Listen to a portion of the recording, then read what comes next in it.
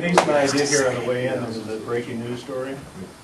Someone was climbing over the fence at the White House, and the Secret Service told President Bush, "You're going to have to stay till January 20th.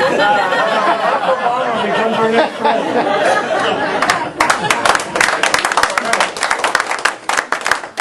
I was listening last night to one of the shows. You know, I've been listening for so long. I think it was MSNBC, and they were interviewing Michael Moore, and he was saying, you know, it's not a done deal till it's over. And he said, "I'm the biggest Rolling Stones fan in the world, but I've never bought an album." In other words, our job in the next 48 hours is to go out and sell and get the album bought, get the deal done. And that's our job here tonight. And so we've got three great people here that are really my pleasure to introduce.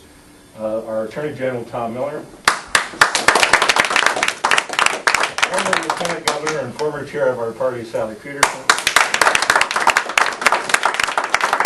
State Treasurer, Mike Fitzgerald. We're very pleased to have you here in Charles City, so we'll turn the floor over to you, Lieutenant Governor. Okay, great. Well, thank you very much. We're having a lot of fun traveling together, and in fact, I consider myself to be traveling with the two smartest, most visionary men in the state. Really. I mean, you know the work that they've done as treasurer and as attorney general. Fantastic work for the citizens of our state. In fact, you know, they are admired by their peers. They've each served in their respective associations, national associations, as leaders in those associations more than once, because they've been around a little while. I think together, you know, they've served more than 50 years, right? Maybe 100. But that's not why I'm telling you that these are the smartest, most visionary men in the state. It's because more than 2 years ago, they paid attention when Barack Obama came to visit our state. They sized him up and they said, he's presidential material.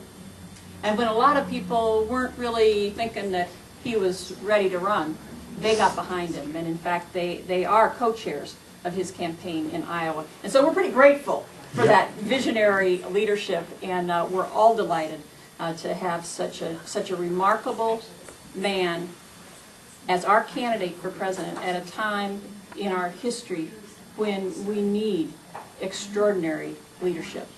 And you know, we're all grateful that he's going to be our president come January with your hard work. And I like to think about these campaigns as being, you know, kind of like farming. Mark, you know how that works. You don't just go out and, you know, pick the fruit or harvest the corn in the fall. There's a lot of work to be done all year long.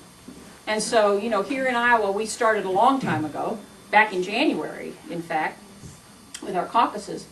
But, you know, in the spring, you're doing things to get the soil ready and plant the seeds. And that's kind of like getting people registered to vote and putting together an organization all across the state that's going to be there when it's time to vote. And then through the summer, you know, we've got candidates coming and going, and they're kind of like the rain and the sunshine. They fertilize things. There's maybe a little bit of fertilizer. but they inspire us, and they help us get our work done.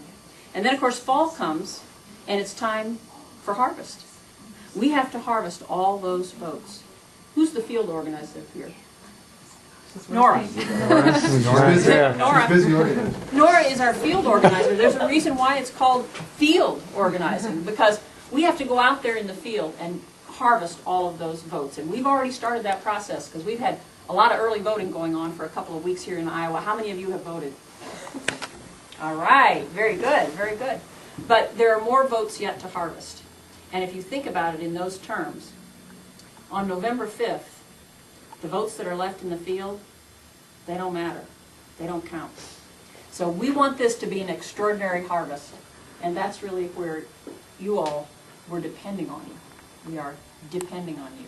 And I know with Nora helping to organize this field operation that we'll have a great harvest here in this county. So thank you for the work that you're doing.